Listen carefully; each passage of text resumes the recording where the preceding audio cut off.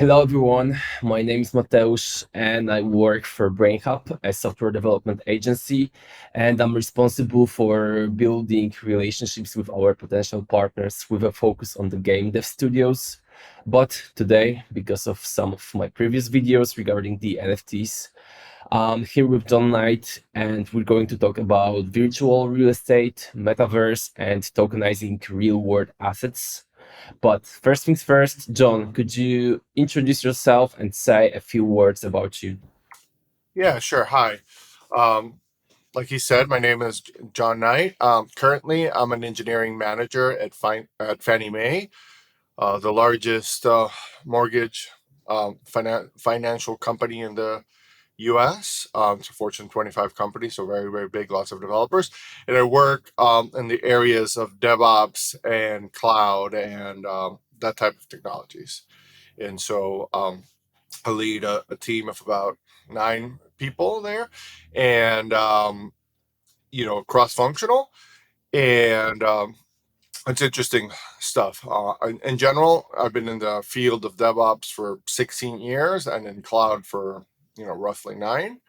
And I'm very interested in technology, especially emerging technologies. I'm a continuous learner. Um, Currently enrolled in my third master's degree at Georgia Tech in computer science, where I hope to specialize in artificial intelligence, um, and cool stuff like that. Okay, awesome.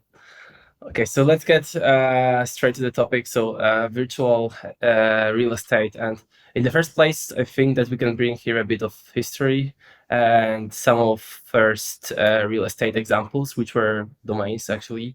And the most expensive ones, e.g., like business.com or lasvegas.com, were sold for millions of dollars because people believed that in the future, this is where people will land. This is where the eyeballs will be. And now we're seeing the projects like Sandbox or Decentraland, where another iteration of virtual real estate is happening. And before we get into details of some of these projects, could you tell me what's your take on the virtual estate value and what are the factors that determine it and how we can change it in the matter of the future? Yeah, so you're right. So the thing that drives value, value is what people are willing to pay. So for something to be valuable, it must be simultaneously desirable and scarce, meaning there can't be an infinite supply of it, and it has to be in demand. And the challenge with virtual real estate is that by definition, it is infinite, right? You can create as much of it as you want. So you have to artificially constrain it so that it becomes a finite and bounded resource, so that through the market forces and competition, people will compete with each other to acquire it, and then the value will go up. So that's the the basic kind of mechanic. There has to be limited spots, and the price needs to be driven by competition. Um, so with housing, with real world housing, location primarily drives prices. So it's a combination of the opportunities in that location, the amount of population, and the network effect. In virtual real estate, it's even more pronounced because the network effect is even greater. Brand names, big companies tend to attract the majority of traffic. And so small players creating offerings are going to have a hard time competing against big companies offering big offerings that are backed by previous social networks that they already own, that they're just kind of iterating over and just like saying, okay, now we're offering this. So that's kind of the general situation, but the pricing is based on demand and scarcity. So defining what this is the first step into creating virtual real estate. Okay, and the question that comes to my mind in here is like, okay, so we have the projects like Sandbox, for example, and okay, like they have the certain audience at this moment. But what about like if we come to this, like real metaverse? So like when you can really switch between the, I would say, platforms. I don't know how to call it yet, but let's say that you can easily switch through them. So the amount of the platforms that there is possible to create is infinite, actually. So scarcity is here actually not the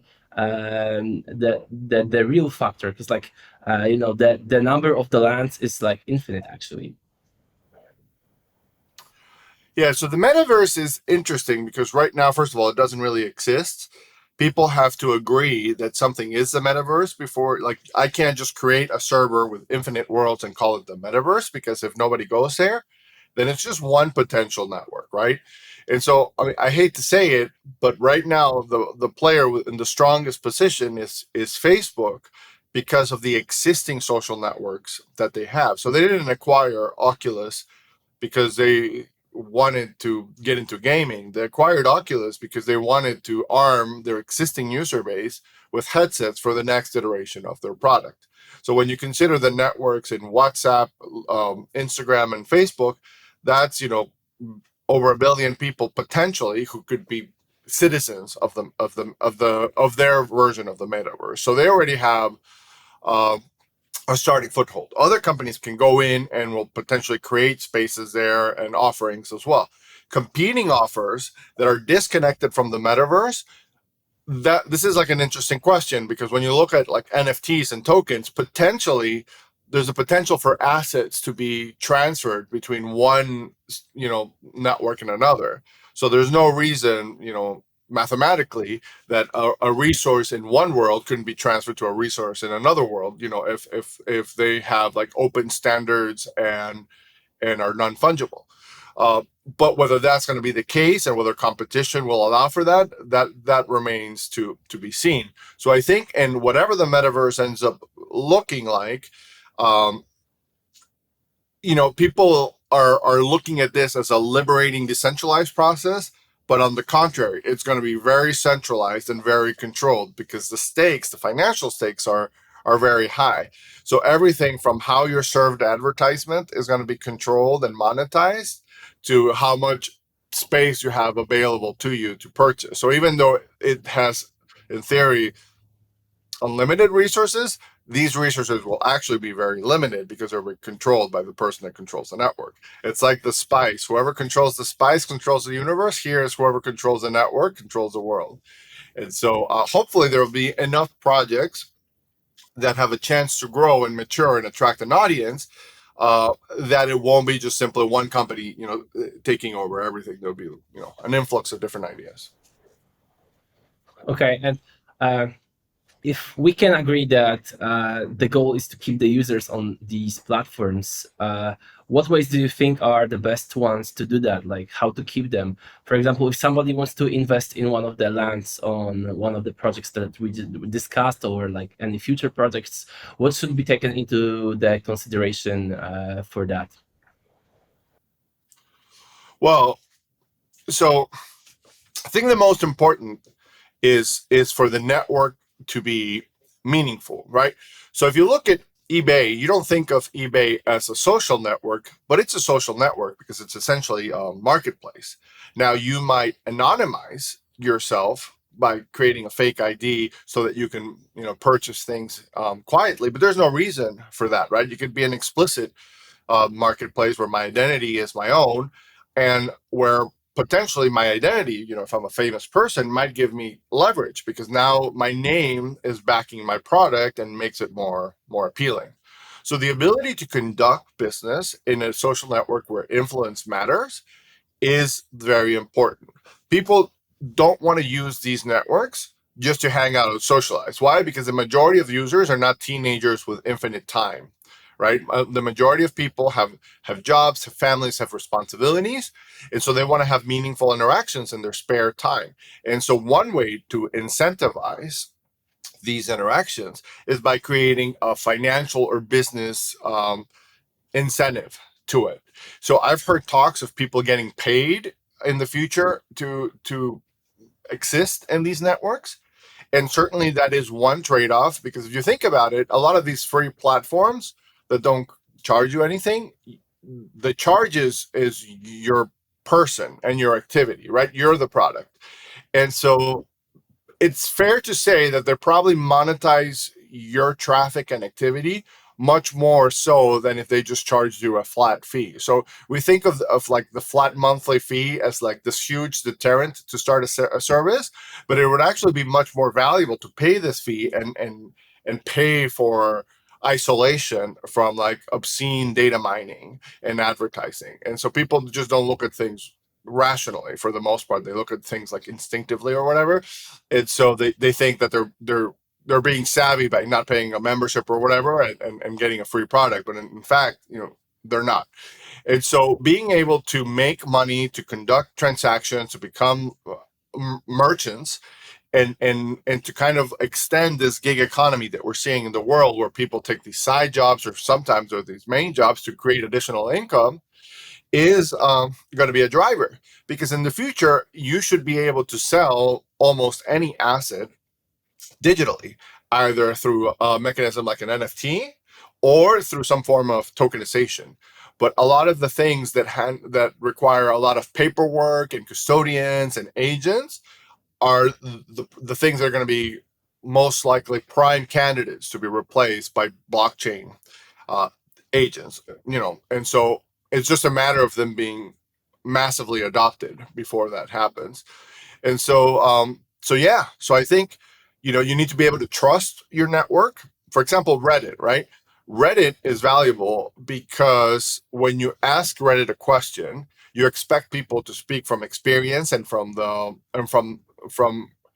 an honest opinion on something. So you're not looking to Reddit for an advertisement on what movie to watch. You're looking for an opinion of someone, a peer or whatever, to tell you what they thought of a movie and to give you an honest assessment so that you can make a decision.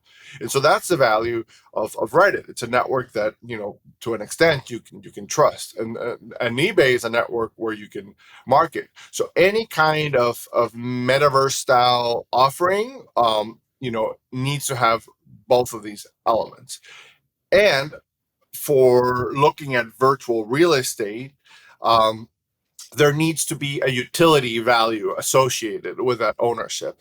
So either you own something and then you can use it. So you own the land and then you can build a shop where you can conduct virtual business, or you can have tenants and collect rent, or you can trade your real estate online for other real estate or for tokens. So there needs to be a way to capitalize on it.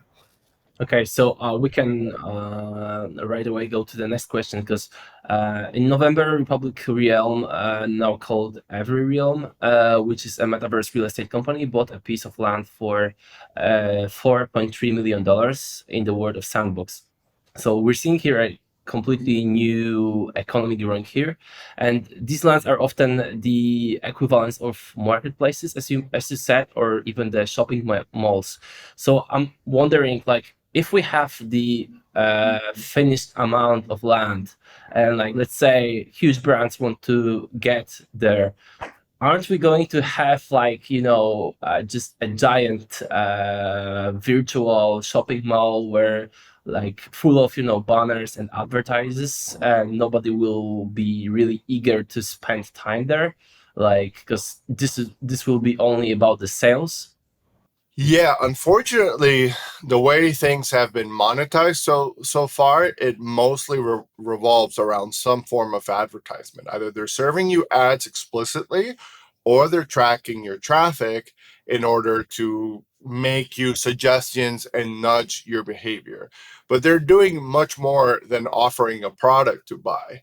By virtue of how often you see something, your opinion is shaped, basically against your will. So entire swarms of population are being shaped one way or the other by virtue of what ads and what content they're seeing repeatedly over and over. Because it's not just the ads, right? The way this is connected, they'll serve you opinions and networks of other people that have somewhat similar opinions to you, and so it takes advantage of the confirmation bias of like, oh, I already thought about this, and so if other people think the same thing, then it's confirming my initial thought. But then they can introduce something else. It's like, yeah, I like World of Warcraft just like you do, but now I also like I don't know, the Elder Scrolls Online.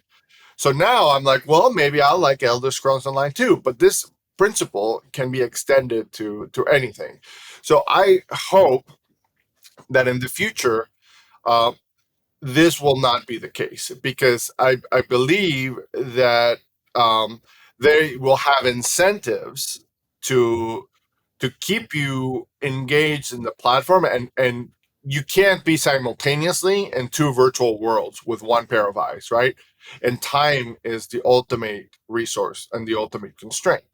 And so to keep you engaged with one particular world, I believe eventually the gauntlet is going to be flipped, and rather than you paying them, they will pay you to consume. And so they will try to get whatever, so you'll get some fractional payoff in tokens that can be consumed within the world, but in return, yes, you will see billboards of products and whatever, but it will be built into the city. So just like a real city has billboards advertising stuff, and the TV has commercials, your virtual world will have advertisement, but it will have to be more valuable. So at the beginning, I expect it to be more explicit, where, like, you know, 20% of the stuff you see is an ad or something like that. And then over time, it will like diminish and kind of look normalized, because people will, um, protest or whatever. And so I hope it will be at least sublimated, so that it's not always like in your face, like banner ad, banner ad, banner ad. I don't think that's going to survive for very long. So I think they will realize this and iterate on that until eventually it becomes more nuanced. But yeah, absolutely. Like if you're going around virtual world and all you see are cars made from one particular brand, even if they're not like giving you a banner ad, that's still advertisement. So I expect that to be a huge like role in virtual worlds in the future. Okay. Uh, Here I have a quote that I came across during the research, and it goes like this: the next generation is going to require from technology an experience that is 3D and immersive, and they will want to meet their friends in what we call the metaverse now. So, do you think that's the future? This is how it is going to look like, and like if you could, tell what you think about it. Yeah. So like I said, well, first of all, I'm not sure. Not I'm not sure because I don't know the future, but because I'm still kind of thinking about it. Right now, like I said, there's no metaverse. It's all branding, and all networks are disparate. But the 3D manifestation is not as powerful as people think. Like my first job was on a 3D MMO that I've worked with. My second job was on a 3D MMO. Everybody thought that the MMO was like the most compelling thing, but over time it kind of diminished, and people went back to the regular console games. And so and people that are not gamers are not flocking to 3D virtual worlds as a means to socialize. In general, people are not flocking to virtual reality as a means to socialize. The majority of people would prefer 100 times over to go to a bar or a restaurant over meeting virtually with friends. So this whole notion of like, oh, I want to hang out with my friends virtually with a 3D headset, I don't think that's the future right now. There could be certain advances where a headset becomes much less intrusive, where it becomes more similar to slipping on glasses than slipping up like a bucket on top of your head, and where it's like more seamless, and that the experience is so much more immersive that potentially it could become like addictive, right? And once it's addictive, then people will be compelled to do it more and more and more. And eventually they'll be less incentivized to go outside than but right now, I mean, I've used not all, but like a lot of like the virtual reality headsets, and while cool, they're definitely not addictive, and they definitely don't offer a better alternative to like the real world. So I don't know that this is like the core requirement. And then on the other hand, on the flip side, you have augmented reality, where you can get more from your current reality through augmentation with technology. And I don't think this has been explored anywhere. Companies like Google have tried to do glasses and stuff like that, but they haven't really put like their full weight behind it. But I think for something to be truly mainstream, it has to be like your phone, pick up and go. It can't have any wires. It can't be heavy. And so the cost is really not the big issue. The issue is like the convenience. So when this is a device to connect with my network with friends, then we have success. When this can render information here while I'm going around like town and tell me what my friends are doing and like show messages and tell me, how my stocks and my crypto is doing, that's, much more powerful than me sitting on the couch for 30 minutes or an hour in a virtual world in the metaverse, playing Horizons, interacting with some clunky 3D universe. Because I mean, there's still limits, right? The haptic feedback that you get from these systems is minimal. So there's no force, there's no touch. Nobody can touch you right now. You can't smell. It's just hear and eyes. So just a minimal amount of senses are engaged today. And so, is this the future? I don't know. I think the real power of the metaverse is like an iteration of the internet. It's not a 3D virtual experience. It's just a consolidation of the network where all the trash gets kicked out and all the usefulness gets consolidated and kind of uh, made uniform by a set of standards. And so all the technologies that we talked about in this call, blockchain, NFTs, tokenizations, they all play a pivotal role, but also other things that come into play to make it a more useful and productive community. And so I think there's still a lot of work to be done to iterate existing networks to make them more useful for like the future. And with blockchain as a whole, you can't have a blockchain that is so energy intensive and try to build a world around it. And so that's one thing that needs to be addressed, is that like, blockchain needs to be carbon neutral or whatever, so that like it can be used at a scale that it doesn't cause like harm to like the environment and to humankind. So that's one change that needs to happen. But beyond that, there's a lot of other changes. But I do think that moving businesses into the blockchain and tokenizing is very valuable. I think we should talk more about that too. Okay, so like the other question was about the real estate being like tokenized. So maybe let's talk a bit about this. I sent you a video yesterday. I will link it up to this video that we have. Yeah, I saw it. It's very interesting. Yeah. So with real estate, right, we have two interesting propositions. One is a virtual real estate that we already talked about, and the other is real estate, turning it into a blockchain proposition. So there's several ways to go about this. One is to make the transfer of assets a smart contract in the blockchain. Another is to create an NFT that represents a deed or a title. And this can be done not only for real estate, but also for cars, vehicle sales and other items. Alfa Romeo, they did it with one of their last models. I think that they added the NFT to the new car. That will include all the data about its like service and stuff like that. Right. Yeah, and that's definitely something you can do. But the problem is right now I can't buy a car in Europe that where the ownership might be stored in an NFT and then bring it to the States and register at the local DMV and the title company. And so an evolution needs to happen on the back end infrastructure, on the services, on the government, on the state government, city governments, etc., to start adopting these systems. So we can kind of project into the future and say 20 years from now this will be massively adopted. But for now, these systems just need to be developed. So the point is that the blockchain serves as digital proof, ledger of ownership and ledger of transfer. So it's perfect for real estate, right? And so it's just a matter of modernizing. The thing with tokenizing is that it opens up a lot of other interesting possibilities. One is you can fractionalize ownership of an asset by virtue of how many tokens back it. So you can have a world where tokens are tied to one specific asset, or tokens are tied to an investment of assets, kind of like an REIT, a REIT, where it's like a stock that's backed by a bunch of like actual real estate investments. But there's several issues around this. One is that REITs have like specific tax laws and specific benefits that wouldn't automatically transfer if you digitize them. And so adoption would have to happen on the back end for something like that. But the creation of these instruments would also be regulated, right? So it can't happen willy-nilly in order to be useful in more than one location, right?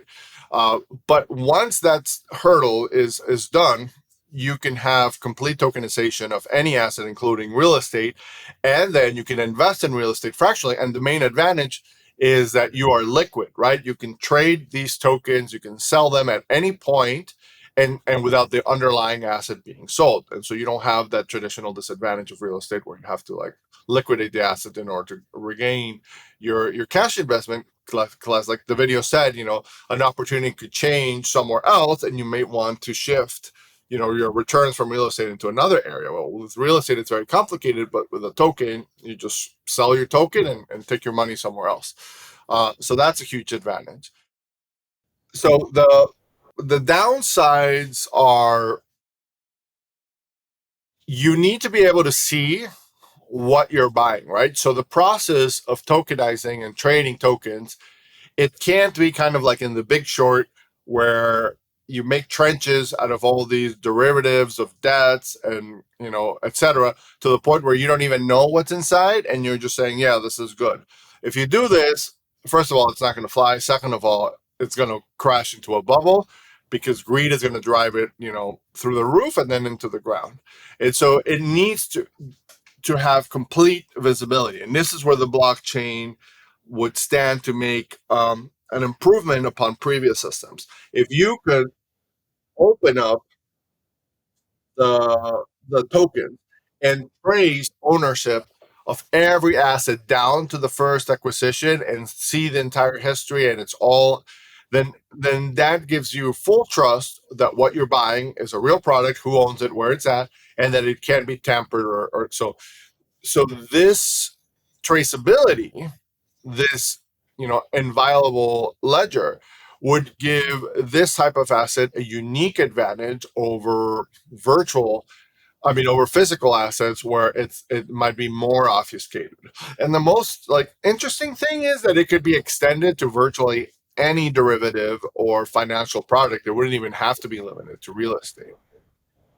Yeah, and like one of the question that arose in one of the videos I watched was, okay, like, because some of this data, for example, the rent for the real estate, the bills, all this stuff, it has to be entered like from the outside world somehow, right?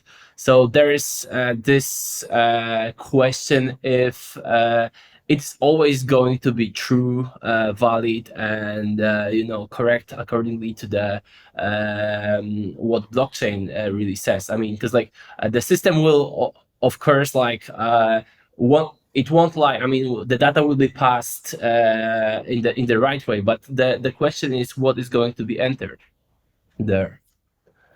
Yeah, so there has to be an API that connects the blockchain world with the physical world. So one is this kind of technology needs to be adopted in the physical layer, right? Like title companies need to run on the blockchain, etc. So these ownerships have to be happening officially by the actual players, by the state, etc. So that's one. Two, it has to be in a partnership, right? Otherwise, you're just selling a digital representation of a product, but not the product itself. So that leads itself to the possibility of fraud, where I can sell the token for the same asset multiple times, and who's to know? And so very careful consideration has to be made into the construct so that both on the digital world and on the physical world, things are done correctly. And so it has to be in such a way that, yes, you can go into the official state website and see that your token does in fact give you fractional ownership of an asset. So it can't be just an abstraction. It has to be fully accepted by the status quo. Okay, nice. I haven't prepared any more questions for now. Is there anything else you'd like to, for example, discuss, like any other topic? Sure. I mean, so NFTs are interesting because NFTs are essentially a digital unique record of ownership, but they're not legally bounding, right? Like if I sell an NFT of a painting, I can't use that to lay claim to the original painting. And so something needs to happen for NFTs to be truly valuable. But when I think of potential use case in this metaverse, if we're thinking about unique assets, so the advantage of the metaverse really that hasn't been explored is that we can live a world that's different from our existing world completely, right? So not just from the terms of like our avatars, but you know, we're only bounded by our imagination. And some if someone really creative creates real estate in a completely different architectural style or vehicles that are completely different, that might have value. And so encapsulating that in an NFT might allow the creator to sell and transfer ownership of his creations and empower them to create more. And so if you think about the future, this means that anybody with a computer and the tools to create things can go into business for themselves. So if they just get to a point where they're good enough to create to where other people want their creations, so it will empower existing marketplace dynamics to become more universal. And so this will allow a lot of people to become like self-employed, for example, potentially. Nice. Um, and yeah, and the other thing is you know you're not bounded. I don't know that when we're going to leave planet Earth, but in a virtual metaverse we can we can expand to the rest of the galaxy, and so we could have multiple planets. And this has already been explored in science fiction like Ready Player One and other stuff like that. But there's no reason why we couldn't have an entire universe, uh, you know, where we explore and create and do things. And so I think that potential is very exciting. And in terms of like tokenizing investments, I don't know if it's the future of the industry, but it's definitely one future. And so once you combine that with the power of the blockchain, um, there's a lot of things that are interesting enough to be pursuable. It's just like the blockchain itself needs to shift from an energy intensive to like a proof of like stake model, and that just kind of has to like be uniform. So either Bitcoin needs to change, or other Ethereum or other candidates need to become like the not dominant form. There's still evolution there to happen. But then the other thing is like governments and laws need to be updated in order to accommodate this world. So I think at this point, it's not a fad. I think one of the dangerous things is that the current usage of NFT is basically nonsense, where people just try to make money of other people by exploiting this fear of missing out on opportunity. And so stuff that's like valueless or of very limited value gets sold for a lot of money, and then other people think that they should get involved in it too, and it's just not a good idea. And so the only way this is going to work is if things are of actual value and then represented in NFT. So either they have like a physical equivalent, so like gold, right? You can take gold can be invested in without physically holding Yeah. the bar of gold, right? So there's no reason you couldn't like tokenize gold, or tokenize cows or pigs or grain or anything like that. And so when you do that, these things have actual value, right? And so that means that the NFT would have actual value too.